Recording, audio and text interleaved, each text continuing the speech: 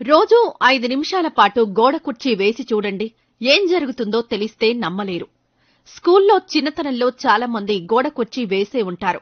Homework చేయకపోయినా, స్కూల్కు రాకపోయినా, మార్కులు సరిగ్గా తెచ్చుకోకపోయినా టీచర్లు గోడ కుర్చీ వేయిస్తుంటారు.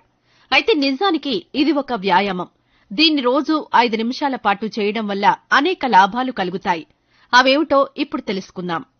గోడ కుర్చీ వ్యాయామాన్ని రోజూ 5 నిమిషాల పాటు చేయడం వల్ల కండరాలు దృఢంగా మారతాయి. వెన్నెముక ఆరోగ్యంగా ఉంటుంది. వెన్నునొప్పి కూడా తగ్గుతుంది. గోడ కుర్చీ వేయడం వల్ల క్యాలరీలు ఎక్కువగా ఖర్చవుతాయి. దీంతో బరువు తగ్గవచ్చు. హృదయ సంబంధ వ్యవస్థ ఆరోగ్యంగా ఉంటుంది.